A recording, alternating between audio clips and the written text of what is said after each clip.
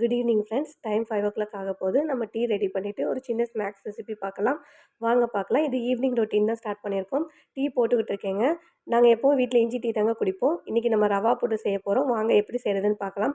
ஒரு கடாயில் ரவையை ஆட் பண்ணிவிட்டு நல்லா ட்ரை ரோஸ்ட் பண்ணி எடுத்துக்கோங்க. இந்த மாதிரி நம்ம எவ்வளோ குவான்டிட்டி வேணாலும் ஆட் பண்ணி ட்ரை ரோஸ்ட் பண்ணி எடுத்துக்கலாங்க. அப்படி எடுத்து நம்ம நல்லா டைட்டான பாக்ஸில் போட்டு வச்சுட்டா நமக்கு எப்பப்போ வேணுமோ அப்பப்போ எடுத்து யூஸ் பண்ணிக்கலாம். நாங்கள் முன்னாடி இதெல்லாம் பண்ணவே இல்லைங்க. அதனால நிறைய பேக்கெட்லேயே வண்டு வச்சிருச்சுங்க. இப்போ அந்த மாதிரி பண்ணி பண்ணி எங்களுக்கு தேவையானதப்போ நாங்கள் எடுத்து யூஸ் பண்ணிக்குவோங்க. நீங்களும் அது மாதிரி ட்ரை பண்ணி பாருங்கள். உங்களுக்கு யூஸ்ஃபுல்லாக இருக்குங்க. ஓகே, இப்போது ரவையை மீடியம் ஃப்ளேமில் வச்சு தாங்க நம்ம ட்ரை ரோஸ்ட் பண்ணணும். ரொம்ப ஹையில் வச்சிடக்கூடாதுங்க. ரவை வந்து பொன்னிறமாக வரணுங்க. நல்லா வாசனை வர அளவுக்கு நம்ம ட்ரை ரோஸ்ட் பண்ணி எடுத்துக்கலாங்க.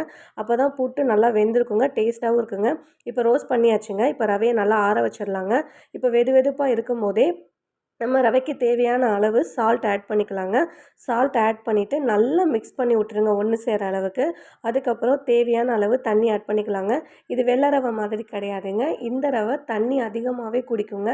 அதனால் நீங்கள் எவ்வளோ குவான்டிட்டி எடுக்கிறீங்களோ அதுக்கு அளவு கொஞ்சம் அதிகமாகவே நீங்கள் தண்ணி ஆட் பண்ணிடுங்க.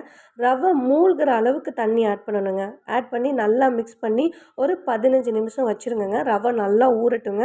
அப்போ தான் புட்டு நல்லா பொழு பொழுன்னு வரும். இப்போ ரவை ஊறிடுச்சுங்க. இப்போ இட்லி பாத்திரத்தில் வச்சு நம்ம ரெடி பண்ணிக்கலாங்க. இட்லி பாத்திரத்தில் வச்சாச்சுங்க. இன்னும் ஒரு 15 நிமிஷம் இது நல்லா ஆவி பறக்க வேகட்டுங்க. அதுக்கப்புறம் நம்ம எடுத்து பார்க்கலாங்க. 15 நிமிஷம் ஆயிடுச்சுங்க. இப்போ நம்ம எடுத்து பார்த்துடலாம். பார்த்தீங்களா, சூப்பராக இருக்குங்க. ஆவி பறக்க புட்டு சும்மா சூப்பர் டூப்பராக ரெடி ஆயிடுச்சுங்க. இப்போ புட்டை வேற ஒரு பாத்திரத்தில் மாற்றி நல்லா மிக்ஸ் பண்ணி பொழு பொழுன்னு இருக்குது பார்த்தீங்களா, இந்த மாதிரி ஆகிற மிக்ஸ் பண்ணிவிட்டு குவான்டிட்டி அதிகமாகவே தேங்காய் பூ சேர்த்துக்கோங்க. அப்போ தான் புட்டு சாப்பிட டேஸ்ட்டாகவும் இருக்குங்க. எவ்வளோ எவ்வளோ தேங்காய் பூ சேர்க்குறோமோ அவ்வளோ எவ்வளோ நல்லாயிருக்குங்க, சாப்பிட்லாம். அப்புறம் ஒரு 5 ஸ்பூன் நல்லெண்ணெய் சேர்த்துக்கோங்க. நான் இன்றைக்கி எடுத்த புட்டு அளவுக்கு ஏற்ற மாதிரி சேர்த்துருக்கேன். உங்களுக்கு எவ்வளோ அளவோ அந்த அளவு சேர்த்துக்கோங்க.